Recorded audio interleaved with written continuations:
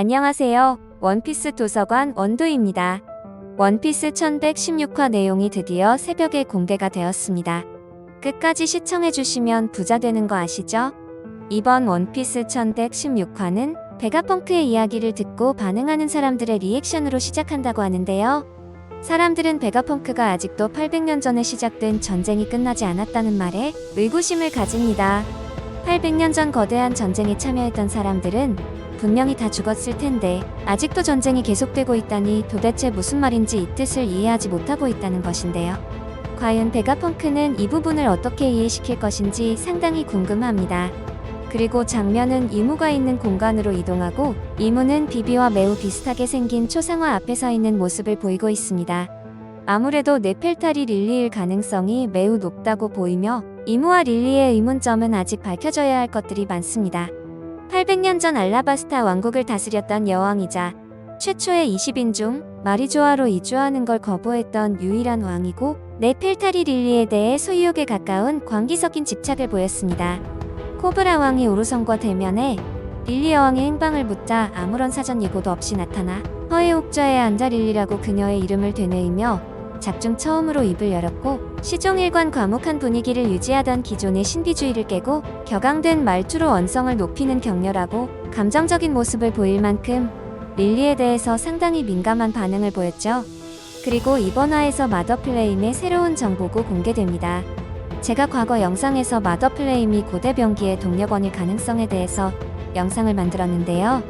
이번 화에서 마더플레임이 고대 병기의 동력원으로 확정된다고 합니다.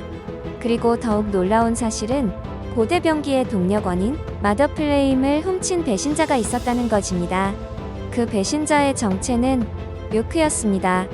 하지만 이 사실을 스튜시는 알고 있었고 요크는 스튜시가 이 사실을 알고 있었다는 것에 놀라는 모습입니다.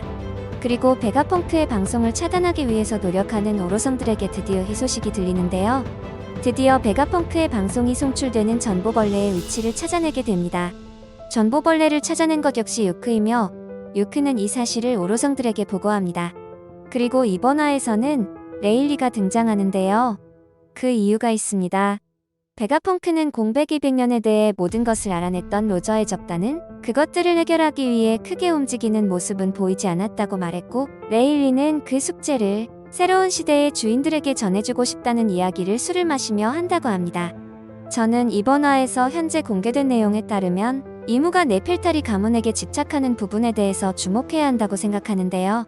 이무는 의화로디의 일족에 관해서 자세한 정보와 의미는 모른다고 합니다.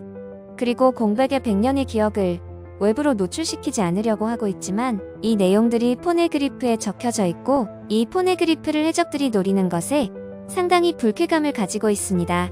이 모든 게 리리의 탓이라고 단정짓는 이무는 리리를 증오하고 있습니다. 이무는 그날 리리가 실수를 하지 않았다면 포네그리프가 전세계로 퍼지지 않았을 것이라고 말합니다. 이무는 포네그리프가 전세계에 퍼진 것이 계획적인 것일지도 모른다는 이야기를 합니다. 즉 리리의 큰 그림으로 보고 있는 것이죠. 오로성은 이무의 이야기를 듣자마자 코브라에게 총을 겨누고 결국 코브라 역시 이무와 대화를 하고 이무를 눈으로 보는 순간부터 이곳을 살아서 나갈 수 없을 것이라는 것을 알았다는 것입니다. 그리고 코브라는 리리에 대해서 굉장히 중요한 정보를 발설합니다.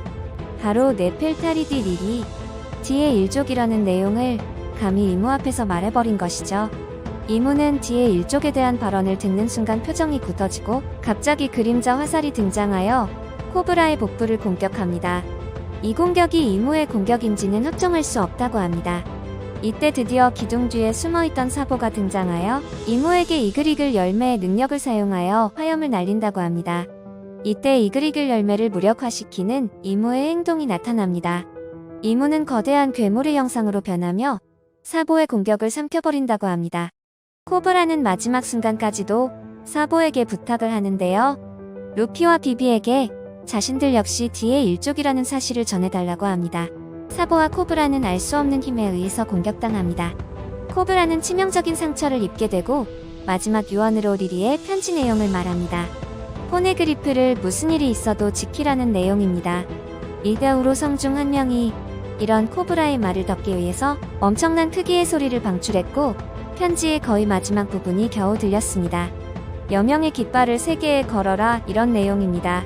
제가 과거 뒤의 일족에 대해서 분석하는 영상에서 가장 많이 등장했던 내용이 바로 던이었습니다. 길고 길었던 밤을 끝내줄 여명. 즉 뒤의 일족들이 길고 길었던 천룡인과 이무의 지배를 끝낼 여명이라는 것입니다. 저는 이렇게 해석을 하고 싶습니다.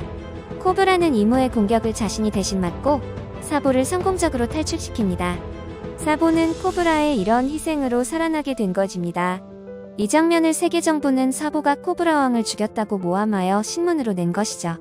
코브라는 죽음이 확정되었고 이때 오랜만에 등장하는 와포르는 벽의 구멍을 통해서 이 모든 것들을 지켜보게 됩니다.